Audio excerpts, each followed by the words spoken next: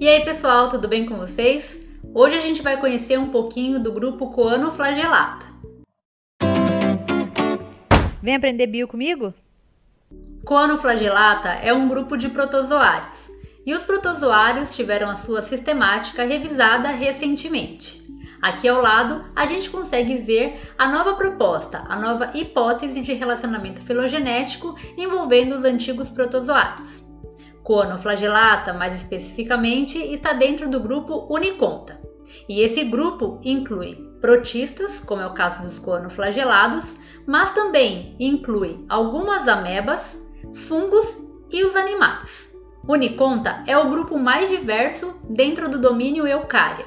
E Eucária é o que é representado aí por essa filogenia. Uniconta tem como características diagnósticas a presença de um flagelo único, que é perdido em alguns grupos, como por exemplo nas amebas. Outra característica desse grupo é a fusão de 3 genes que codificam enzimas para a síntese dos nucleotídeos piraminídicos: a citosina, a timina e a uracila. Mais especificamente hoje, dentro de Uniconta, a gente vai falar sobre os coanoflagelados, que são grupo irmão de Animalia, como a gente consegue ver aí na filogenia. Os Coanoflagellata incluem atualmente cerca de 150 espécies conhecidas e podem existir formas pedunculadas, sésseis, solitárias ou mesmo coloniais.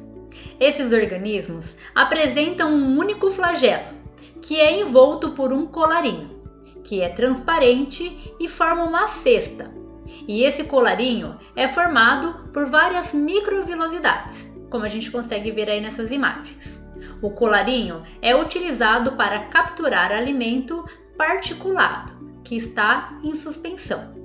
Os coanoflagelados podem ser marinhos ou podem ser também de água doce. Alguns deles podem formar uma lórica, que é o que a gente consegue ver nessa imagem ao lado.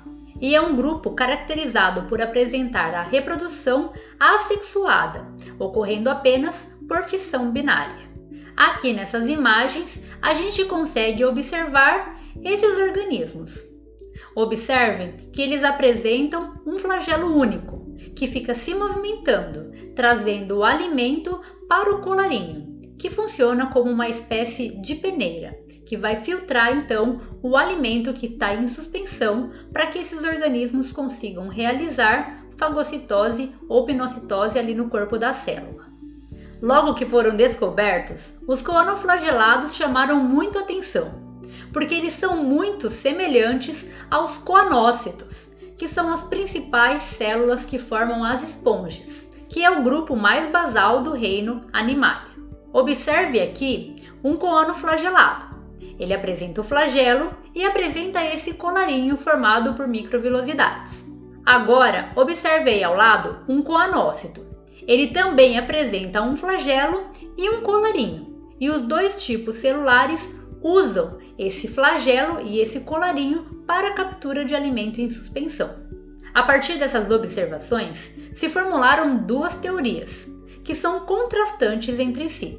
A teoria 1 diz que Coanoflagellata provavelmente é o grupo ancestral direto dos metazoários, ou seja, dos animais.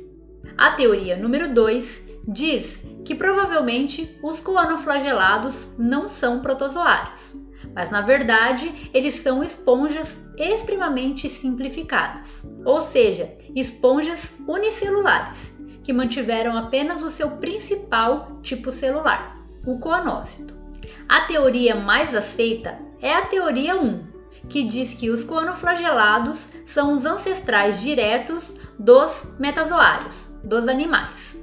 Ou seja, a partir desses organismos teriam surgido o grupo Animalia, já que esse grupo, Coanoflagellata, aparece como grupo irmão de Animalia nas filogenias moleculares. Acredita-se que essa origem dos animais a partir dos coanoflagelados tem uma relação com o tipo de vida que esses organismos podem levar, especificamente a capacidade de formar colônias. Assim, acredita-se que coanoflagelados tenham começado a formar colônias, Essas células que formavam essas colônias começaram a se diferenciar com relação às suas funções. Algumas células ficaram responsáveis por desempenhar funções de sobrevivência, ou seja, as células somáticas, e outras se especializaram nas funções reprodutivas, as células reprodutivas.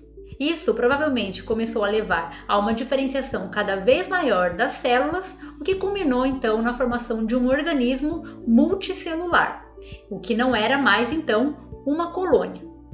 Acredita-se que esse processo tenha tido influência da seleção natural, uma vez que esse tipo de diferenciação entre as células traria uma maior capacidade de desempenhar funções de percepção, alimentação e defesa por esses organismos. Concluindo então, acredita-se que a partir de coanoflagelados que viviam em colônias, os primeiros organismos metazoários, ou seja, animais multicelulares, teriam surgido, e que algumas características foram mantidas no grupo das esponjas, como é o caso das células chamadas de coanócitos. Acabamos então de conhecer o grupo dos coanoflagelata. Espero que você tenha gostado da aula e até a próxima!